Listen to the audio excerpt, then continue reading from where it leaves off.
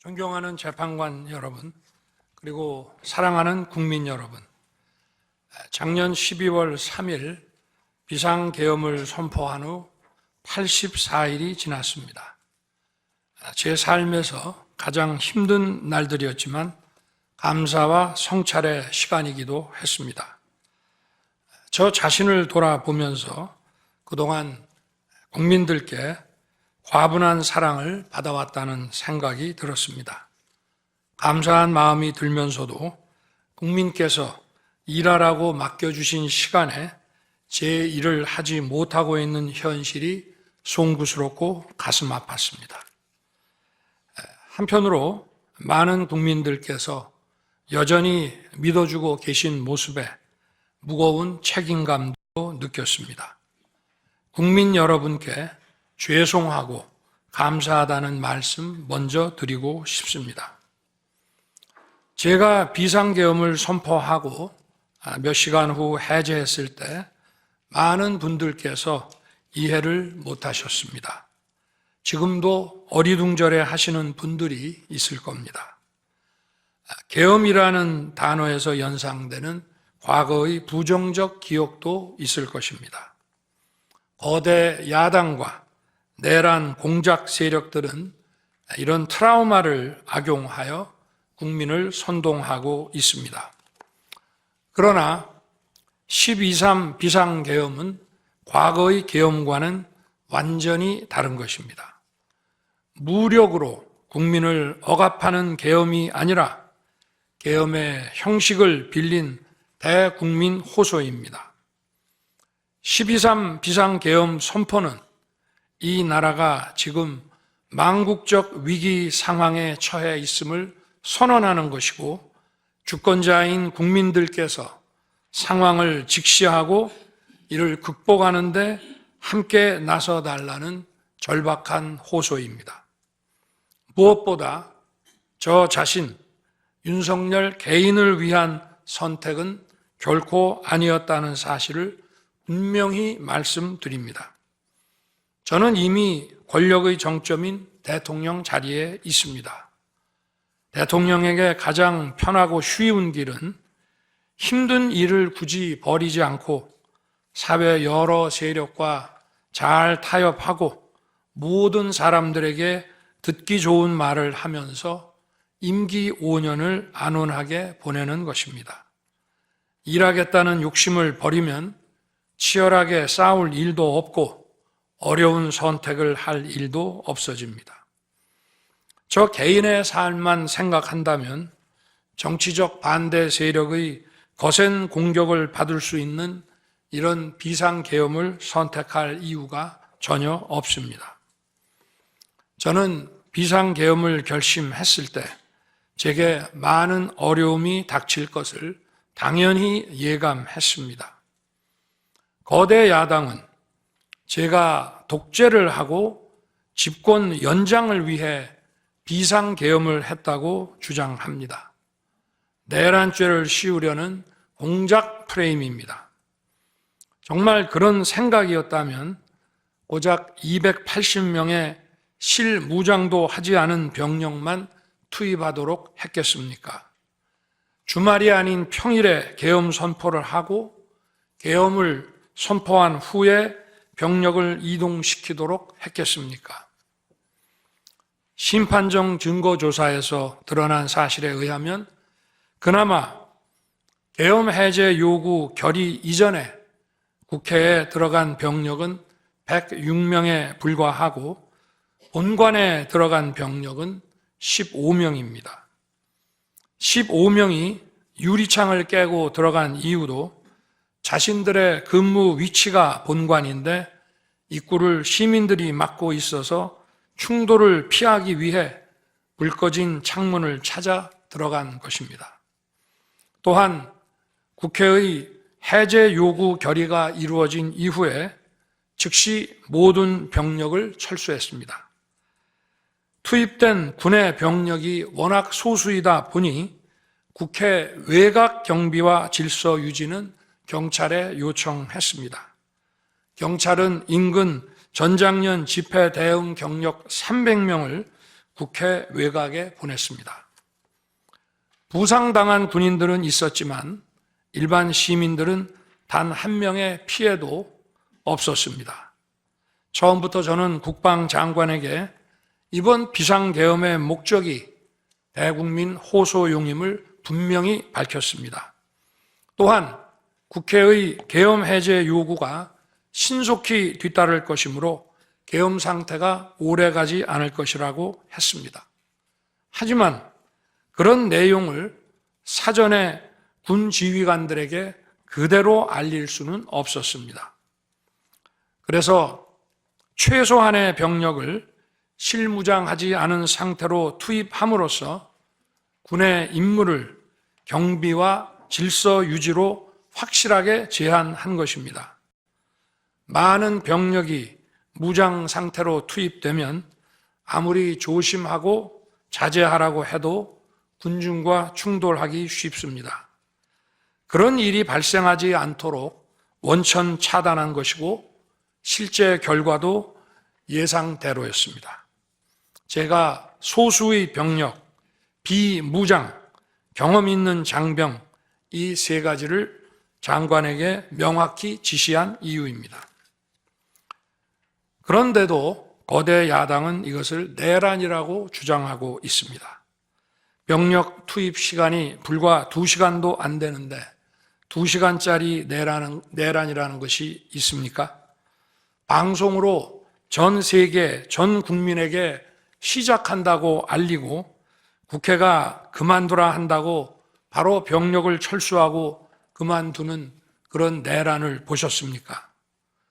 대통령이 국회를 장악하고 내란을 일으키려 했다는 주장은 어떻게든 대통령을 끌어내리기 위한 선동 공작입니다. 대통령의 법적 권한인 계엄 선포에 따라 계엄 사무를 하고 질서 유지 업무를 담당한 공직자들이 이러한 내란몰이 공작에 의해 지금 고초를 겪고 있는 모습을 보고 있으면 가슴이 찢어지는 것 같습니다. 이분들이 대통령의 장기 독재를 위해 일을 했겠습니까? 대한민국의 현실에서 이러한 장기 독재를 상상도 할 수 없다는 사실을 잘 아는 사람들이고 이미 자기 분야에서 최고의 위치에 올라 더 바랄 것도 없는 분들입니다. 이분들은 대통령의 법적 권한 행사에 따라 맡은 바 직무를 수행한 것뿐입니다. 헌법재판관 여러분, 그리고 국민 여러분, 대통령의 자리에서 많은 정보를 가지고 국정을 살피다 보면 남들에게는 보이지 않는 것들, 겉으로는 잘 드러나지 않는 문제점들이 많이 보이게 됩니다. 당장은 괜찮아 보여도 얼마 뒤면 큰 위기로 닥칠 일들이 대통령의 시야에는 바로 들어옵니다. 서서히 끓는 솥 안의 개구리처럼 눈앞의 현실을 깨닫지 못한 채 벼랑 끝으로 가고 있는 이 나라의 현실이 보였습니다. 언제 위기가 아닌 때가 있었냐고 하는 분도 있을 겁니다. 그렇지만 그동안의 위기가 돌발 현안 수준이었다면 지금은 국가 존립의 위기, 총체적 시스템의 위기라는 점에서 차원이 완전히 다릅니다. 미국 트럼프 대통령은 취임 첫날 국가 비상사태를 선포하고 군을 투입했습니다. 미국이 국가 비상사태인가에 대한 판단은 다를 수 있습니다. 하지만 불법 체류자와 마약 카르텔 등 당면한 위기에 맞서 국민들을 지키기 위한 대통령의 결단임은 분명해 보입니다. 그렇다면 지금 우리나라의 현실은 어떻습니까? 국가 비상사태가 아니라고 단언할 수 있습니까? 북한을 비롯한 외부 주권 침탈 세력들과 우리 사회 내부의 반국가 세력이 연계하여 국가 안보와 계속성을 심각하게 위협하고 있습니다. 이들은 가짜 뉴스, 여론 조작, 선전 선동으로 우리 사회를 갈등과 혼란으로 몰아넣고 있습니다. 당장 2023년 적발된 민주노총 간첩단 사건만 봐도 반국가 세력의 실체를 쉽게 확인할 수 있습니다. 이들은 북한 공작원과 접선하여 직접 지령을 받고 군사시설 정보 등을 북한에 넘겼습니다. 북의 지령에 따라 총파업하고 미국 대통령 방한 반대, 한미연합훈련 반대, 이태원 참사 반정부 시위 활동 등을 펼쳤습니다. 심지어 북한의 지시에 따라 총선과 대선에 개입한 정황도 드러났습니다. 지난 대선 직후에는 대통령 탄핵의 불씨를 지필하면서 구체적인 행동 지령까지 내려왔습니다.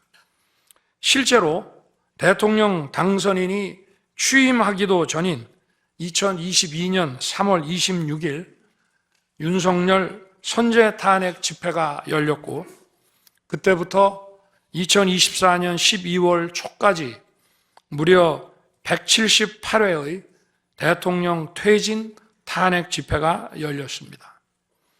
이 집회에는 민노총 산하 건설노조, 언론노조 등이 참여했고 거대 야당 의원들도 발언대에 올랐습니다.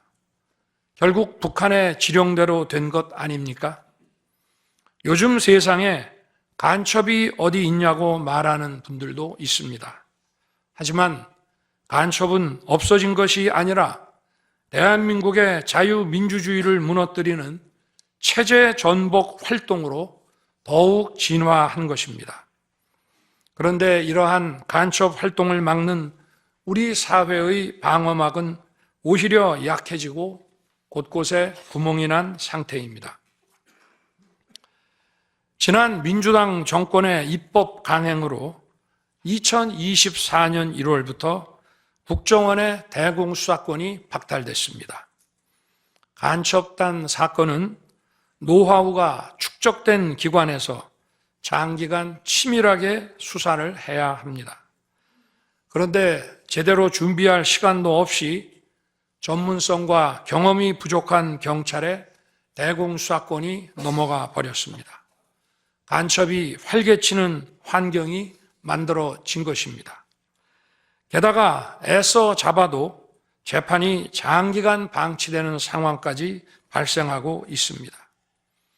현재 재판이 진행 중인 간첩 사건이 민노총 간첩단, 창원 간첩단, 청주 간첩단, 제주 간첩단 등 4건이나 됩니다. 그런데 청주 간첩단 사건은 1심 판결까지 29개월이 넘게 걸렸고, 민노총 간첩단 사건도 1심 판결에 1년 6개월이 걸렸습니다. 이들은 구속기간 만료 후 석방되어 1심 판결로 법정 구속이 될 때까지 버젓이 활보하고 다녔습니다. 현재 창원 간첩단 사건은 2년 가까이 재판이 중단되어 있고, 제주 간첩단 사건도 1년 10개월째 재판이 파행 중입니다. 모두 석방된 상태입니다. 간첩을 잡지도 못하고 잡아도 제대로 처벌도 못하는데 이런 상황이 과연 정상입니까? 그런데도 거대 야당은 민노총을 옹호하기 바쁘고 국정원 대공수사권 박탈에 이어 국가보안법 폐지까지 주장하고 있습니다. 경찰의 대공수사에 쓰이는 특활비마저 전액 삭감해서 영원으로 만들었습니다. 한마디로 간첩을 잡지 말라는 것입니다. 작년에는 중국인들이 드론을 띄워 우리 군사기지, 국정원, 국제공항과 국내 미군 군사시설을 촬영하다 연이어 적발되었습니다. 이들을 간첩죄로 처벌하기 위해서는 법률을 개정해야 하는데 거대 야당이 완강히 거부하고 있습니다. 국가 핵심 기술을 유출하는 산업 스파이도 최근 급증하고 있습니다. 반도체, 디스플레이 등 기술 유출 피해가 수십조 원에 달하는데 그 3분의 2가 중국으로 유출됩니다. 중국은 사진 한 장만 잘못 찍어도 우리 국민을 마음대로 구금하는 강력한 반간첩법을 시행하고 있는데 거대 야당은 산업 스파이를 막기 위한 간첩죄 법률 개정조차 가로막고 있습니다.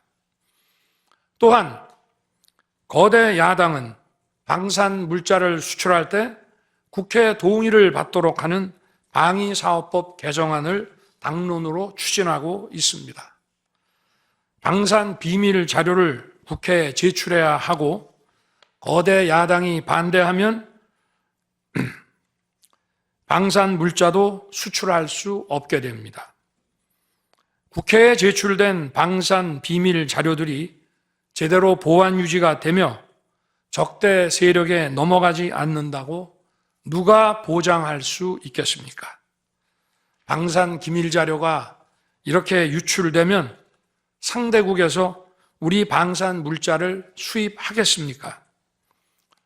북한, 중국, 러시아가 원치 않는 자유세계에 방산 수출을 하지 말라는 말과 같습니다. 방산 수출은 단순히 돈을 버는 것만이 아닙니다. 수출 상대국과 전략적 연대를 강화하고 더 나아가 자유세계 많은 국가들과 국방 협력을 이루어서 우리의 안보를 튼튼하게 하는 것입니다. 이러한 방산 수출을 권장하기는커녕 이렇게 방해하는 것이 결국 누구에게 도움되는 것입니까? 거대 야당은 우리 국방력을 약화시키고 군을 무력화하는 데도 앞장서고 있습니다.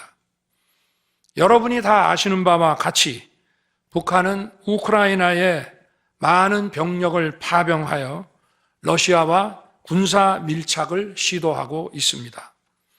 우리에게 매우 심각한 안보 위협입니다. 그런데도 이를 살피기 위해 참관단을 보내려 하자 거대 야당은 당시 신원식 국방장관 탄핵까지 겁박하며 결사적으로 이를 막았습니다. 심지어 거대 야당은 우크라이나 참관단 파견, 대북 확성기와 오물풍선 대응 검토 등 군의 정당한 안보 활동까지 외환죄라고 우기고 있습니다. 국가와 국민의 안전을 지키려는 대통령을 전쟁광이라고 비난하고 북핵 위협에 대응하는 한미일 합동훈련을 극단적 친일 행위라고 매도했습니다. 1차 대통령 탄핵 소추안에는 북중러를 적대시하는 것이 탄핵 사유라고 명기했습니다. 190석에 달하는 무소불위의 거대 야당이 우리나라와 우리 국민 편이 아니라 북중러의 편에 서 있는 것입니다.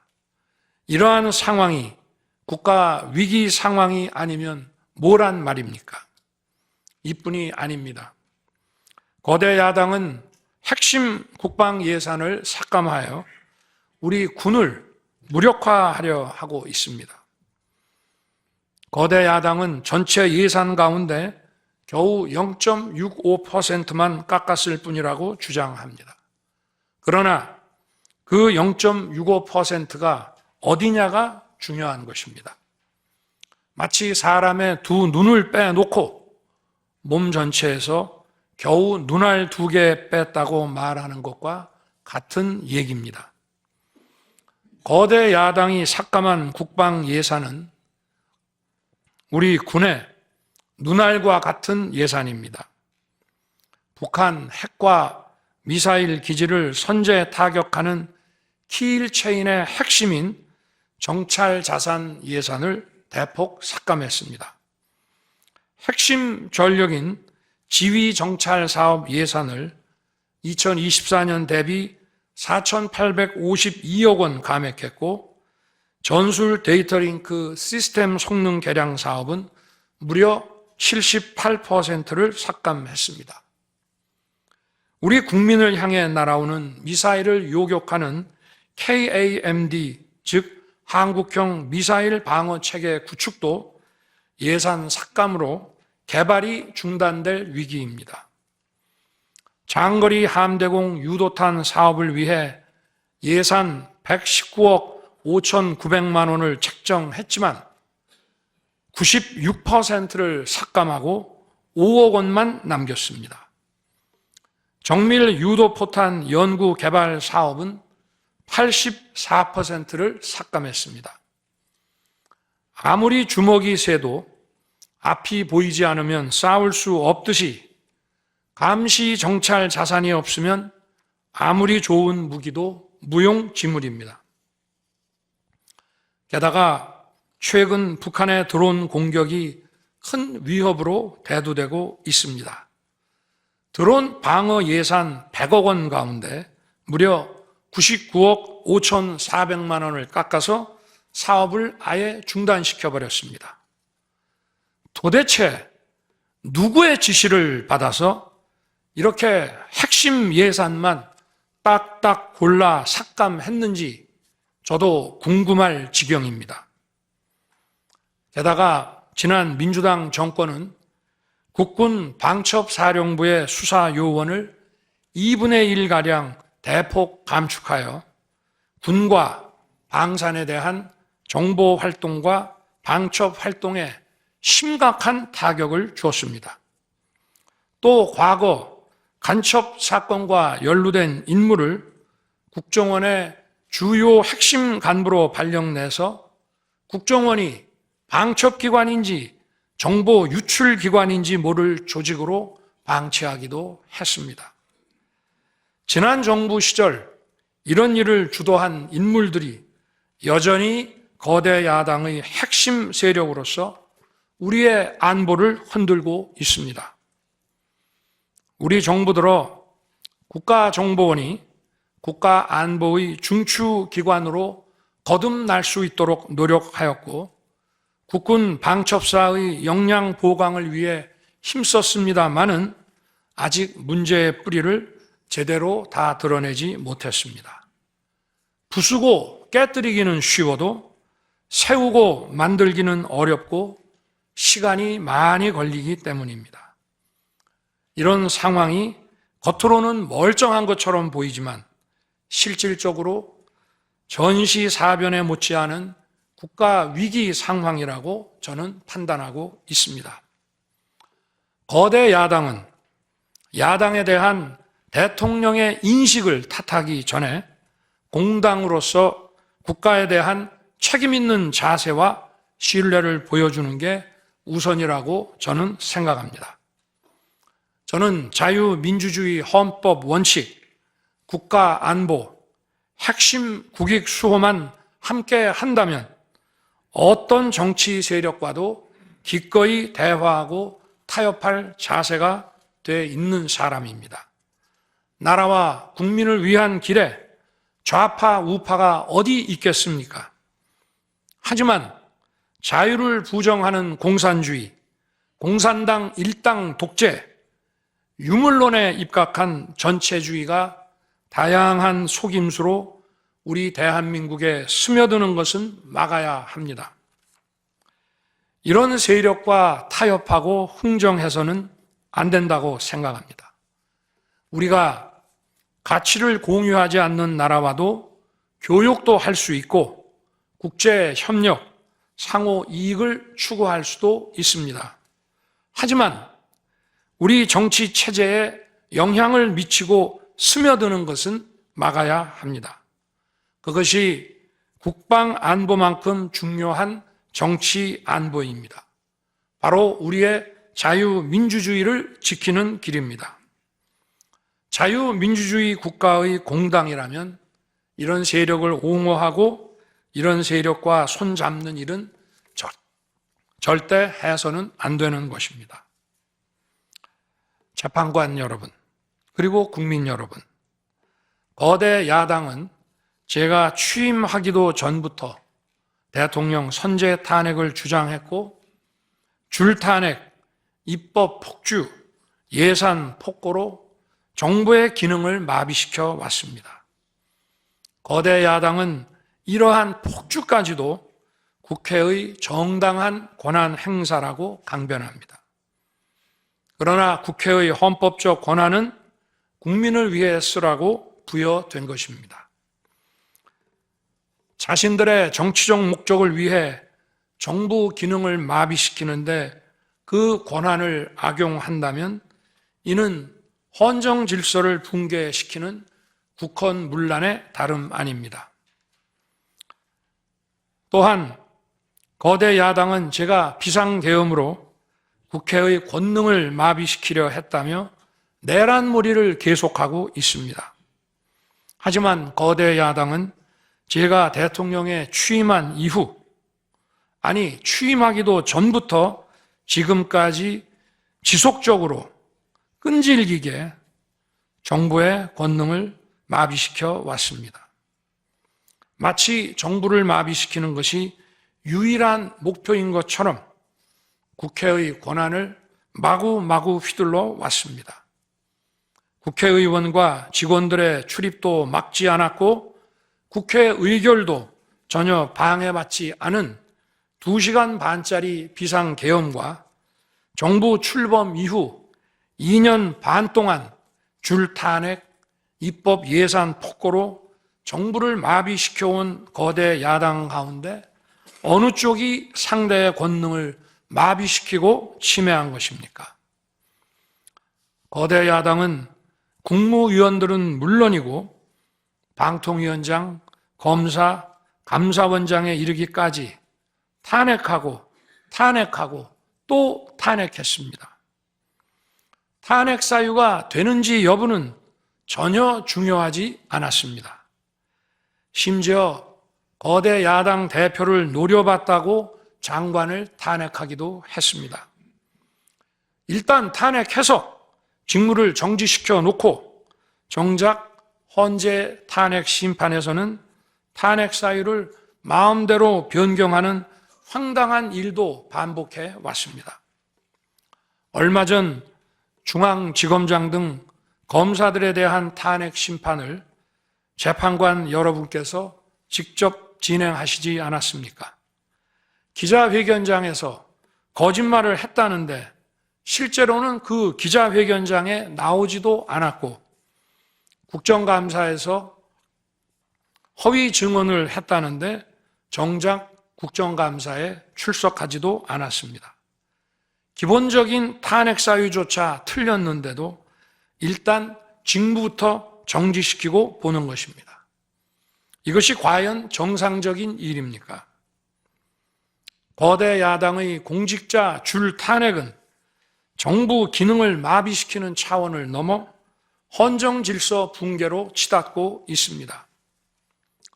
이태원 참사가 발생하자 거대 야당은 연일 진상규명을 외치면서 참사를 정쟁에 이용했습니다. 급기야 행정안전부 장관을 탄핵했습니다. 당시 북한이 민노총 간첩단에게 보낸 지령문에 이런 내용이 있습니다. 이번 특대형 참사를 계기로 사회 내부에 세월호 참사 진상규명 투쟁과 같은 정세 국면을 조성하는 데 중점을 두고 각계각층의 분노를 최대한 분출시켜라. 거대 야당이 북한 지령을 받은 감첩단과 사실상 똑같은 일을 벌인 것입니다. 이야말로 사회의 갈등과 혼란을 키우는 선동 탄핵이라 할 것입니다. 거대 야당은 자신들의 당대표를 수사하는 검사들도 줄줄이 탄핵하고 서울중앙지검장까지 탄핵했습니다. 검사 탄핵은 그 자체로도 수사 방해이지만 검사 탄핵을 지켜보는 판사들에 대한 겁박이 되기 마련입니다. 야당 대표에 대한 검찰 수사를 막고 야당 대표의 범죄를 심판할 판사들까지 압박하기 위한 방탄 탄핵인 것입니다. 급기야 거대 야당은 지난 정부의 이적 행위를 감사하던 감사원장까지 탄핵했습니다. 거대 야당은 감사원장 탄핵 소추안에 사드 정식 배치 고의 지연 의혹 감사를 탄핵 사유로 포함시켰습니다. 이 사건은 지난 민주당 정부의 안보라인 고위직 인사 4명이 주한 중국 대사관 무관에게 사드 배치 작전명, 작전 일시, 작전 내용 등 국가 기밀 정보를 넘겨준 간첩 사건입니다. 감사원은 이를 적발하고 검찰에 수사 의뢰하는 등 감사 조치를 진행하였는데 이것이 탄핵 사유라는 것입니다. 자신들의 간첩 행위를 무마하기 위한 이적 탄핵이 아닐 수 없습니다. 헌법기관인 감사원장에 대한 무차별 탄핵은 그 자체로도 심각한 헌법 파괴 행위이지만 이적 행위까지 탄핵으로 덮는 것을 보며 이야말로 자유민주주의를 무너뜨리는 망국적 위기 상황이라고 판단한 것입니다. 또 한편 정부 각 부처들은 국민의 세금으로 엄청난 규모의 예산을 사용 집행하고 있습니다. 수많은 산하 기관도 거느리고 있습니다. 그런데 이런 부처의 수장들을 탄핵 소추로 직무정지시켜 그 부처의 기능을 마비시키거나 심각하게 저해한다면 기회 비용과 재정적 측면에서도 국가와 국민에 얼마나 막대한 경제적 피해를 입히는 것이 되겠습니까? 거대 야당은 공직자를 무차별 탄핵 소추하고 소추인 난 변호사 비용도 국민 세금으로 사용하고 있습니다. 그렇지만 억울하게 탄핵 소추된 공직자들은 직무가 정지된 상황에서 자기 개인 자금으로 변호사 비용까지 조달해야 합니다. 정부 공직자들은 거대 야당의 이러한 폭거에 한없이 위축될 수밖에 없습니다. 이처럼 거대 야당은 선동 탄핵, 방탄 탄핵, 이적 탄핵으로 대한민국을 무너뜨리고 있습니다.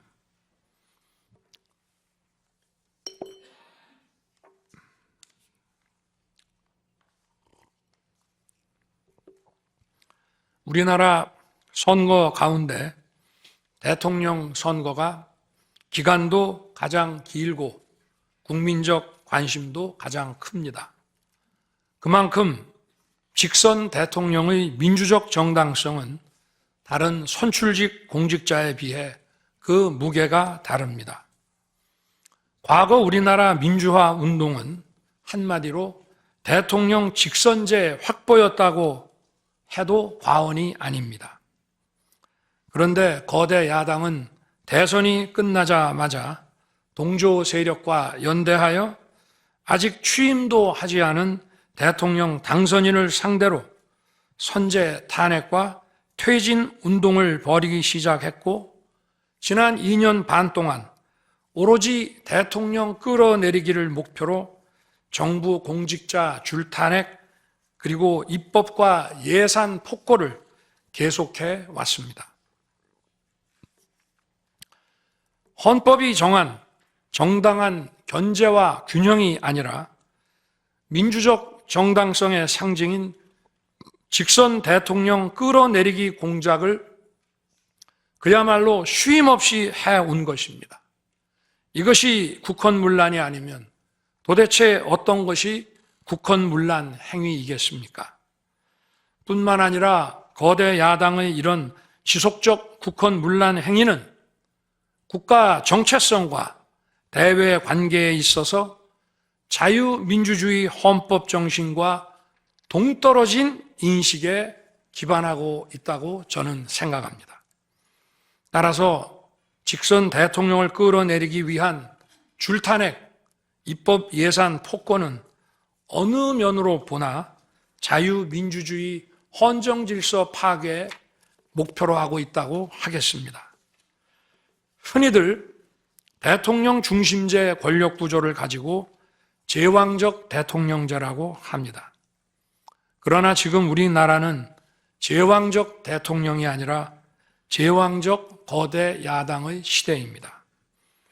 그리고 제왕적 거대 야당의 폭주가, 그 독재가 대한민국의 존립 위기를 불러오고 있습니다. 계엄 이후 벌어진 일들만 보아도 모두 잘 알 수 있지 않겠습니까? 제가 정말 제왕적 대통령이라면 공수처, 경찰, 검찰이 앞다퉈서 저를 수사하겠다고 나서고 내란죄 수사권도 없는 공수처가 영장 쇼핑, 공문서 위조까지 해가면서 저를 체포할 수 있겠습니까? 저 역시도 수사 업무에 26년간 종사한 사람이지만 이렇게 여러 수사기관들이 무차별적으로 한 사건에 달려드는 꼴은 본 적이 없습니다. 비상계엄에 투입된 군 병력이 총 570명에 불과한데 불법적으로 대통령 한 사람 체포하겠다고 대통령 관저에 3, 4천 명이 넘는 경찰력을 동원했습니다. 대통령과 거대 야당 가운데 어느 쪽이 제왕적 권력을 휘두르며 이 나라의 헌정 질서를 무너뜨리고 있습니까? 제가 비상계엄을 결단한 이유는 이 나라의 절체절명의 위기를 더 이상 방치할 수 없다는 절박함, 그것이었습니다. 저는 주권자인 국민들께 이러한 거대 야당의 반국가적 패악을 알리고 국민들께서 매서운 감시와 비판으로 이를 제발 멈춰달라고 호소하고자 했습니다. 국정마비와 자유민주주의 붕괴를 막고 국가 기능을 정상화하기 위해 절박한 심정으로 계엄을 선포한 것입니다. 12.3 비상계엄의 선포는 국가가 위기 상황과 비상사태에 처해 있음을 선언한 것입니다. 국민을 억압하고 기본권을 제한하려는 것이 아니라 주권자인 국민께서 비상사태 극복에 직접 나주십사 하는 간절한 호소입니다. 그런데 거대 야당은 제가 국회의 요구에 따라 계엄을 해제한 그날부터 탄핵 시동을 걸었습니다. 하지만 비상계엄은 범죄가 아니고 국가 위기를 극복하기 위한 대통령의 합법적 권한 행사입니다.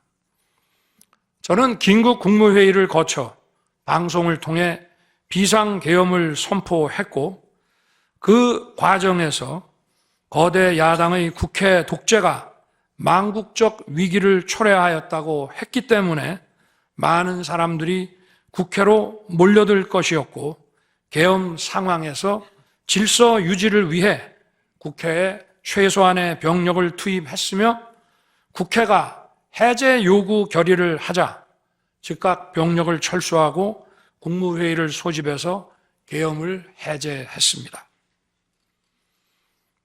다 알고 계시다시피 2023년 중앙선관위를 포함한 국가기관들이 북한에 의해 심각한 해킹을 당했습니다.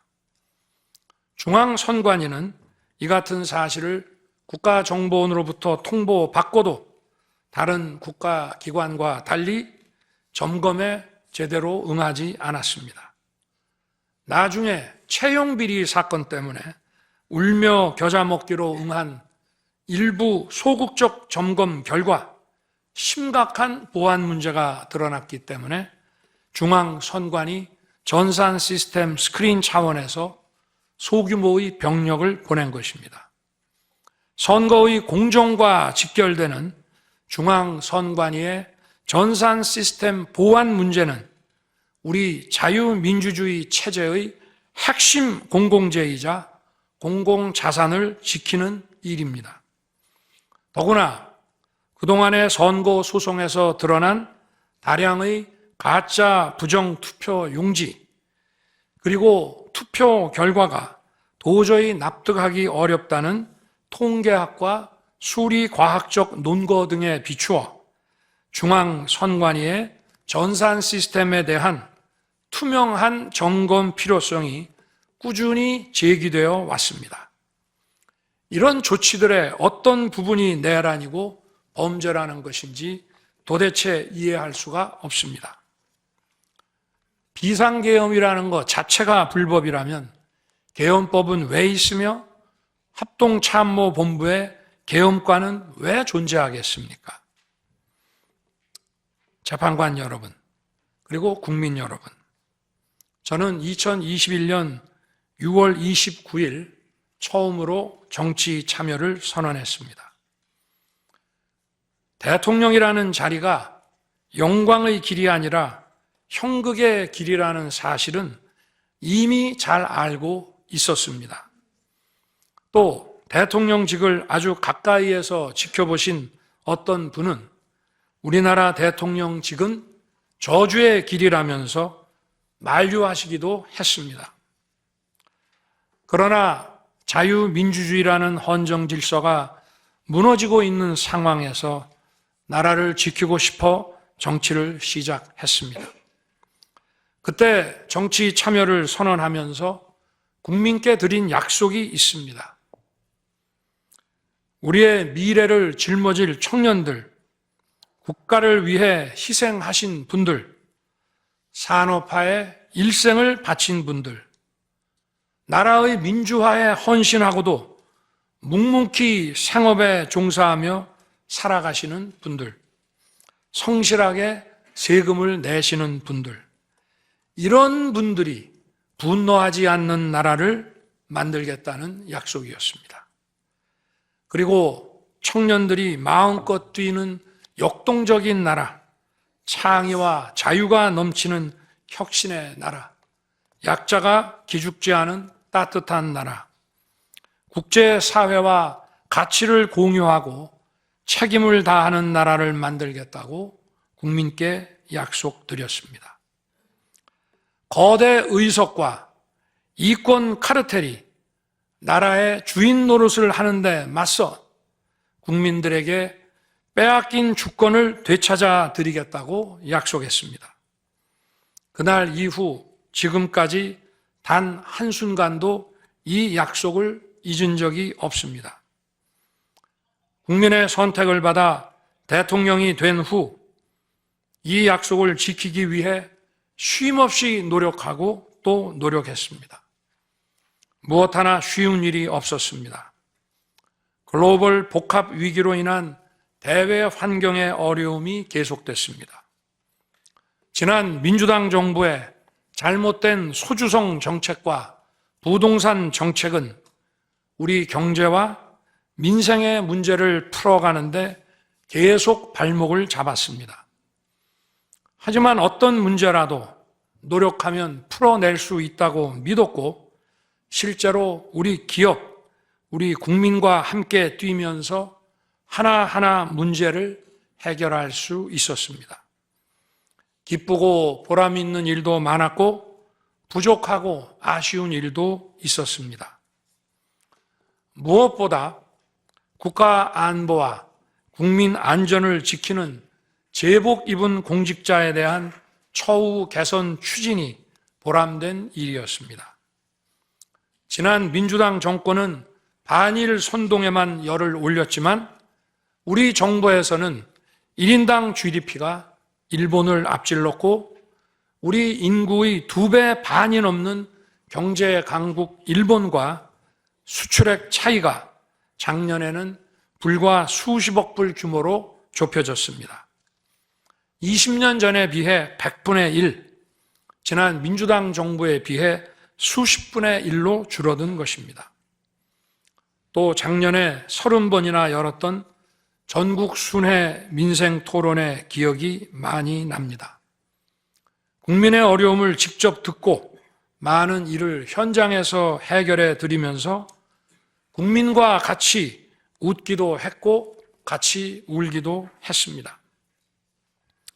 수도권, 영남, 호남, 충청, 강원, 제주까지 전국 모든 지역을 다니면서 지역 발전 방안을 함께 고민했습니다.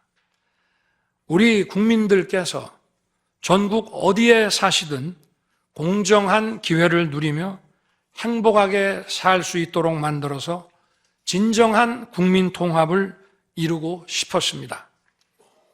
다시 그렇게 일할 기회가 있을까 마음이 아립니다.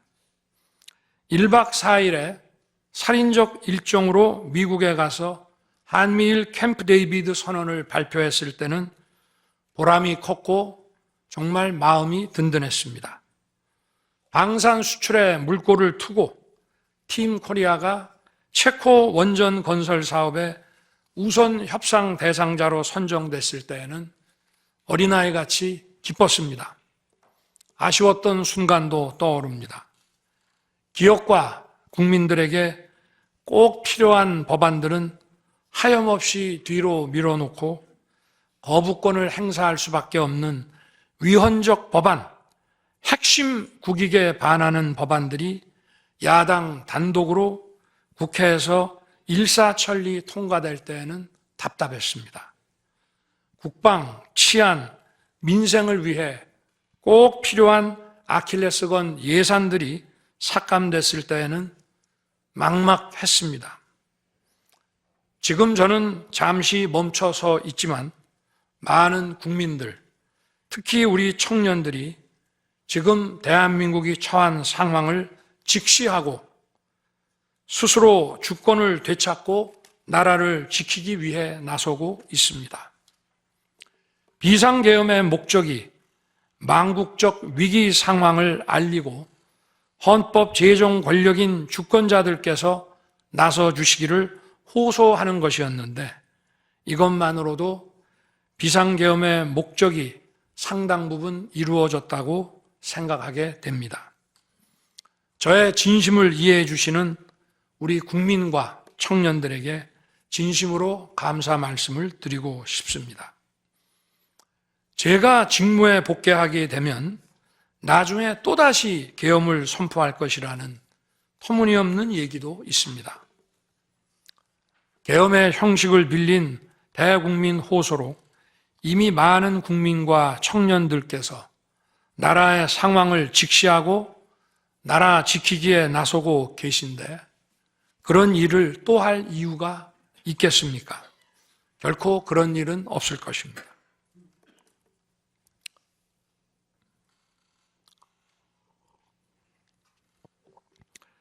헌법재판관 여러분, 그동안 심판정에서 다루어진 쟁점들 가운데 두 가지에 대해서만 간략히 말씀드리겠습니다.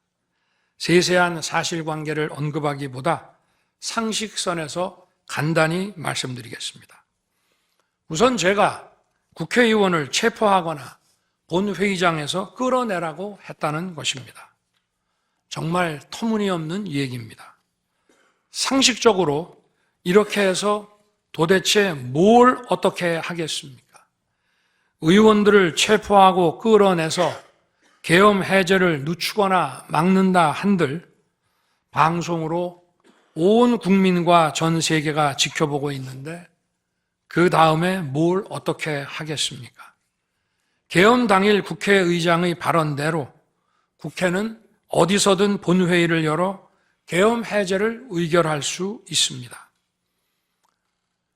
영화나 소설에 나오기도 하지만 현실적으로 이런 일을 하려면 군으로 국가를 완전히 장악하는 계획과 정치 프로그램을 미리 가지고 있어야 합니다. 그런데 실제 상황이 어땠습니까? 계엄 사무를 담당할 주요 지휘관들이 계엄 직전에 어디에 있었는지 이 심판정에서 다 드러났습니다. 장관 재가를 받아 지방 휴가를 가거나 부부 동반 만찬, 간부 만찬 회식을 하다가 대통령의 계엄 선포 직후에야 국방장관으로부터 업무 지시를 받았습니다. 준비된 치밀한 작전 계획이나 지침이 없었기 때문에 혼선과 허술함도 있었습니다. 국방장관이나 지휘관들이나 경험이 풍부한 군사 전문가들인데 이들이 왜 이랬겠습니까? 12.3 계엄 선포는 계엄의 형식을 빌린 대국민 호소이고 과거 계엄과는 다른 것이었기 때문입니다. 이미 민주주의를 수십 년 경험하고 몸에 밴 우리 50만 군이 임기 5년 단임 대통령의 사병 노릇을 할 리가 있습니까? 제가 비상계엄을 선포한 이유는 오로지 주권자인 국민들에게 국회의 망국적 독재로 나라가 위기에 빠졌으니 이를 직시하고 감시와 비판의 견제를 직접 해달라는 것이었습니다. 공화국의 대의제 위기에 헌법 제정 권력인 주권자가 직접 나서야 한다는 호소였습니다.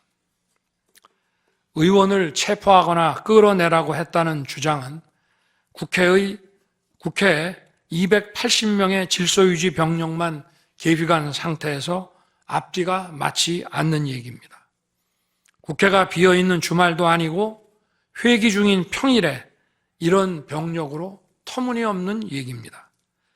의원만 300명이고 직원들과 보좌진을 합치면 몇천 명이 넘습니다.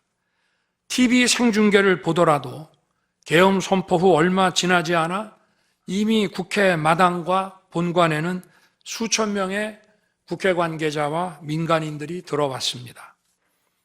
실제로 계엄 선포 후 1시간 30분이 지나서야 질서유지 군 병력이 도착했고 경내에 진입한 병력이 106명, 그 중에서 본관에 들어간 병력이 겨우 15명인데 이런 극소수 병력을 가지고 국회의원을 체포하고 끌어낸다는 것이 말이 되겠습니까?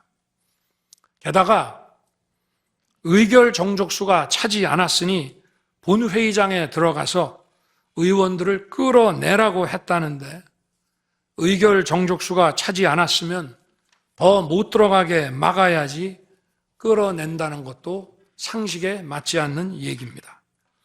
본관에 진입한 군인들은 본회의장이 어디에 있는지도 몰랐다고 합니다. 무엇 하나 말이 되지 않습니다. 단 한 사람도 끌려 나오거나 체포된 일이 없었으며 군인이 민간인들에게 폭행당한 일은 있어도 민간인을 폭행하거나 위해를 가한 일은 한 건도 없었습니다. 실제로 일어나지도 않았고 일어날 수도 없는 불가능한 일에 대해 이런 주장을 하는 것은 지난번에도 말씀드렸지만 그야말로 호수 위에 비친 달빛을 건져내려는 것과 같은 허황된 것입니다. 거대 야당은 대통령의 헌법상 권한에 기해 선포된 계엄을 불법 내란으로 둔갑시켜 탄핵 소추를 성공시켰습니다. 그리고는 헌재 심판에서는 탄핵 사유에서 내란을 삭제했습니다. 그야말로 초유의 사기 탄핵이 아닐 수 없습니다. 내란이냐 아니냐는 긴 시간의 복잡한 심리를 통해 가려지는 게 아닙니다.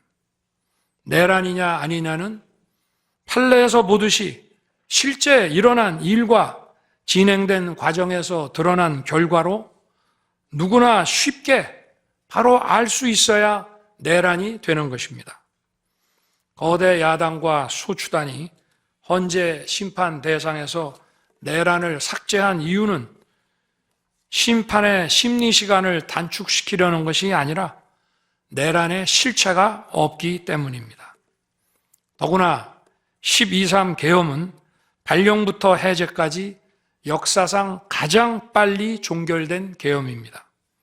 그러다 보니 계엄사령부 조직도 구성되지 못했고 예하 수사본부 조직도 전혀 만들어지지 못한 채 그냥 계엄이 종료됐습니다. 비상계엄 국무회의에 대해 간단히 말씀드리겠습니다.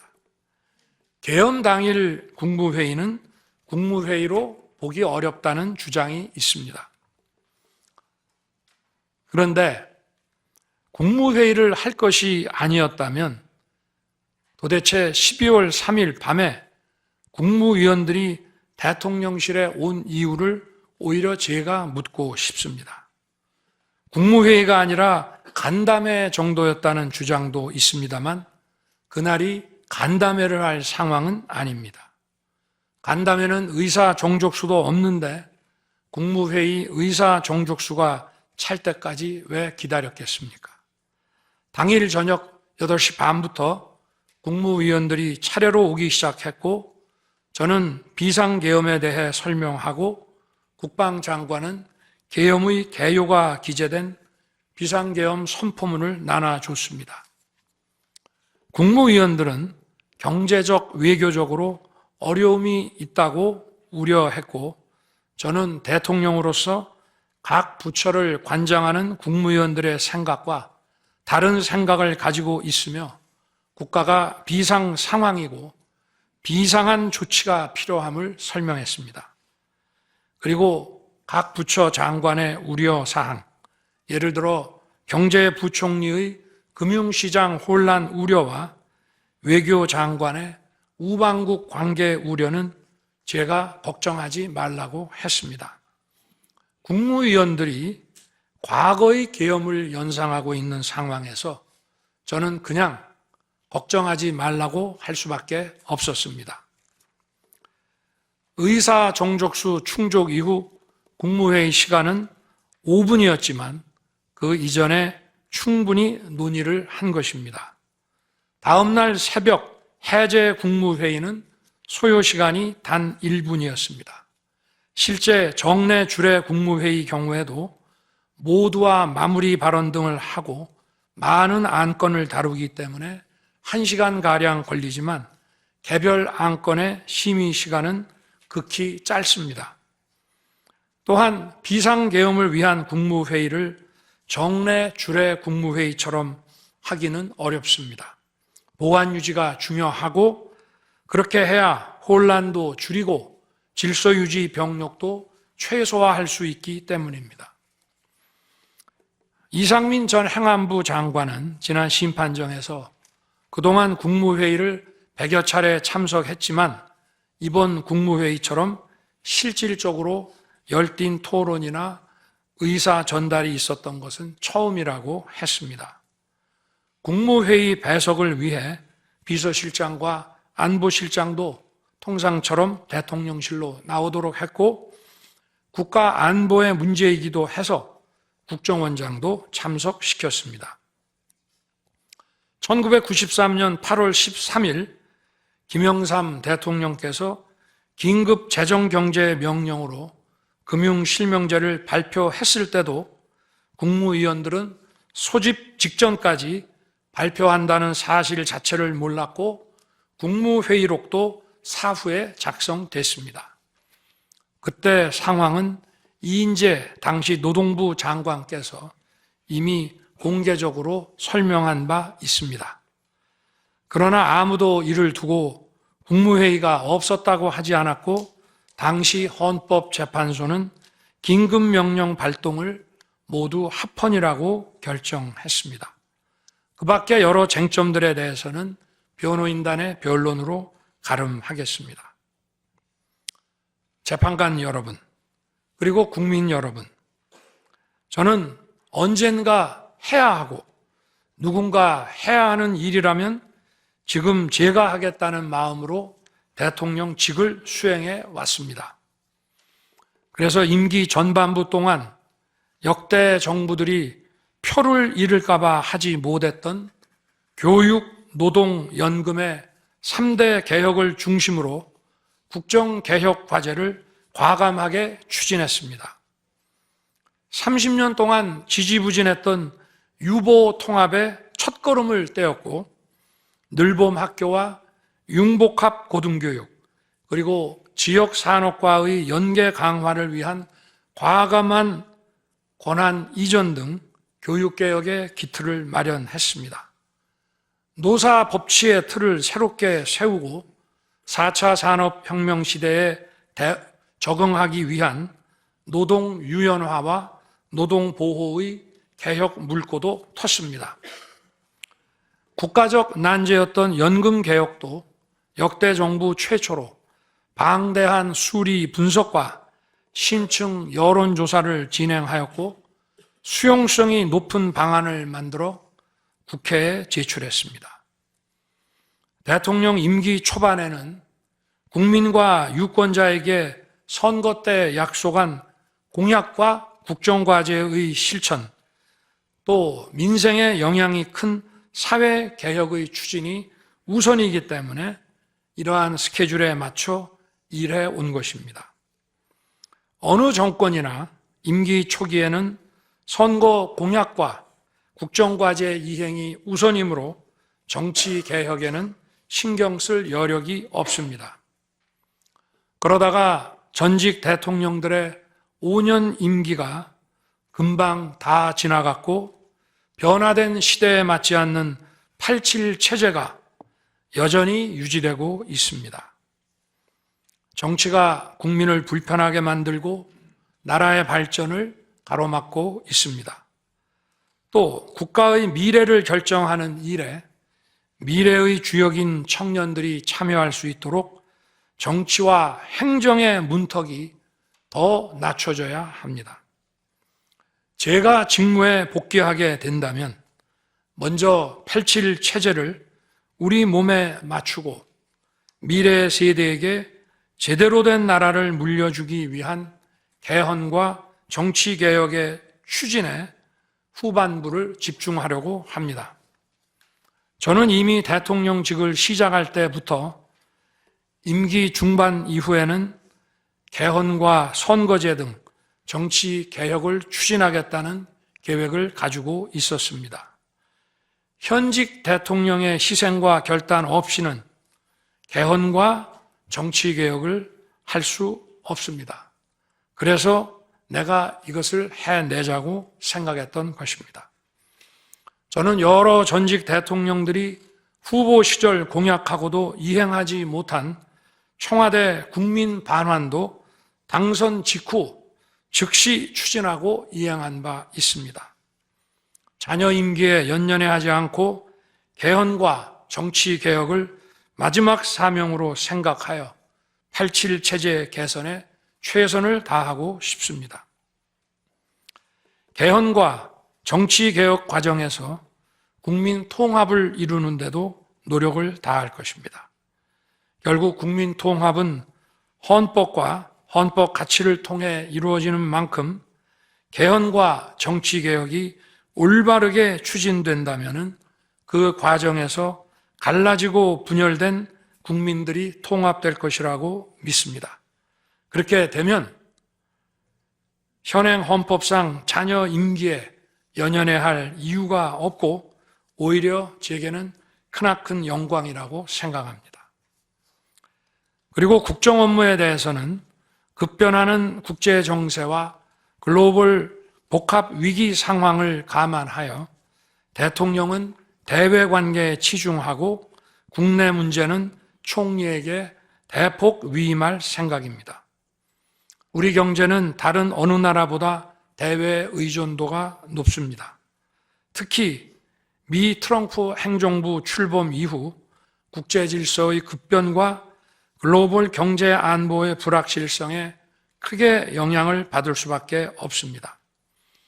지금 우리가 국가 노선을 어떻게 선택하느냐에 따라 이 위기가 기회가 될 수도 있고 돌이킬 수 없는 재앙을 맞을 수도 있습니다.